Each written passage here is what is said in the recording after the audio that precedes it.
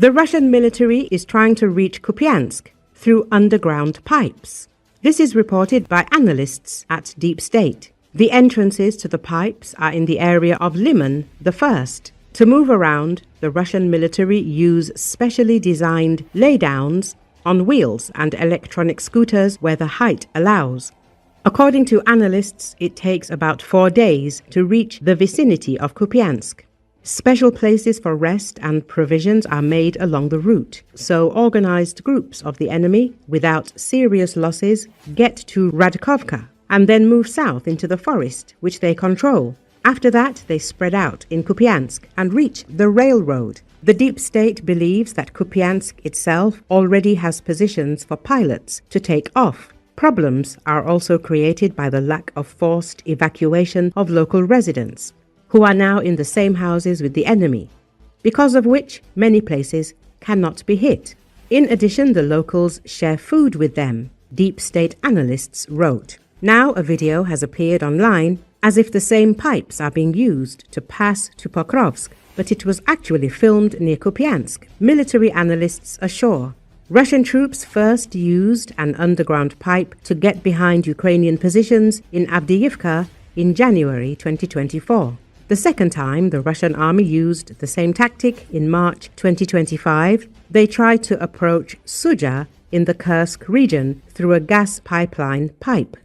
Thus, sabotage and assault groups of the enemy moved along a branch of the gas pipeline in order to gain a foothold in the vicinity of the town of Sudzha.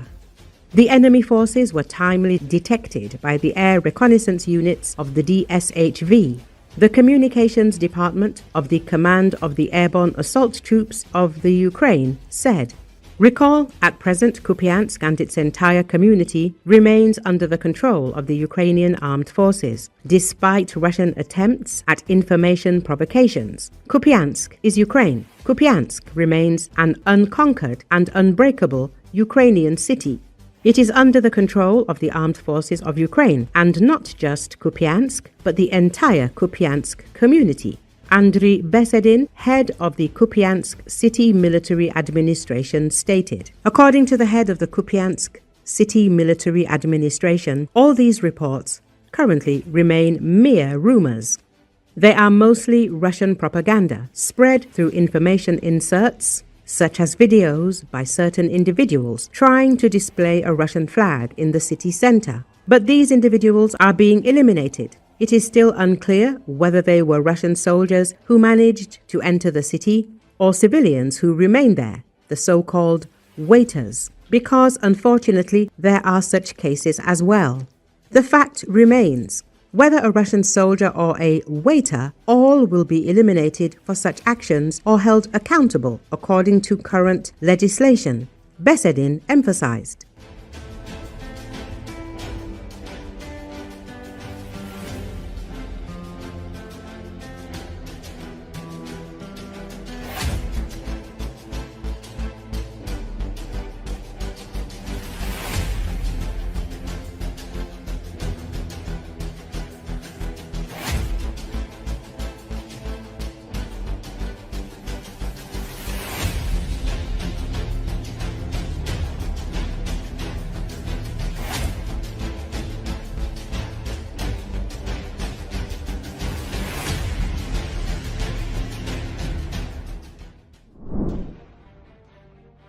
The defense forces of Ukraine blocked the advance of the occupation army of the aggressor country, Russia, and cleared out certain areas where the enemy could gain a foothold in the city of Kupiansk in the Kharkiv region. The commander of the 429th Separate Regiment of Unmanned Systems, Achilles, Yuri Fedorenko, reported this on air at Espresso. According to him, Ukrainian combat units continue to carry out tasks in the Kharkiv region. After the enemy managed to infiltrate certain places in Kupiansk, the Ukrainian military blocked the Russians. Also, on the northwestern outskirts of the city, places where the occupiers are actively trying to cross from the left to the right bank are under the fire control of the Ukrainian armed forces. Their crossing looks like a stretched rope across the river. It is not a standard pontoon crossing. However, boats and rafts give the enemy the opportunity to carry out tasks to deliver manpower, albeit with difficulty. The military man explained. Despite the complicated situation in the Kharkiv region, the Russian command does not stop giving orders for an assault. In particular, very heavy and tough battles continued near the settlement of Melove. The enemy crossed the state border line just south of the settlement Melove. As a result, the Ukrainian defense forces met the enemy with a fight, and therefore the enemy was unable to break through the border for any significant distance, Fedorenko assured. After this, the invaders fled and tried to reach the Russian border. Ukrainian troops advanced forward in the Kupiansk direction as a result of successful counter-offensive actions on the northern and western outskirts of Kupiansk. In the city of Kupiansk, Kharkiv region, more than 95% of buildings have been destroyed or damaged, and it is impossible to deliver humanitarian aid there due to Russian drone activity. The head of the Kupiansk City Military Administration, Andriy Besedin, said this during a broadcast on Hromadsky radio. Unfortunately, nothing has changed. The situation is critical. The proximity of the enemy, the use of various weapons and FPVs that are essentially waiting on all logistical routes and access roads to the city do not allow us not only to fully carry out evacuation measures, but also to deliver humanitarian aid or repair any critical infrastructure networks.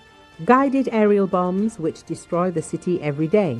And today, unfortunately, more than 95% of the city is destroyed or damaged. The most important and most terrifying thing is that people die and are injured every day, the official said.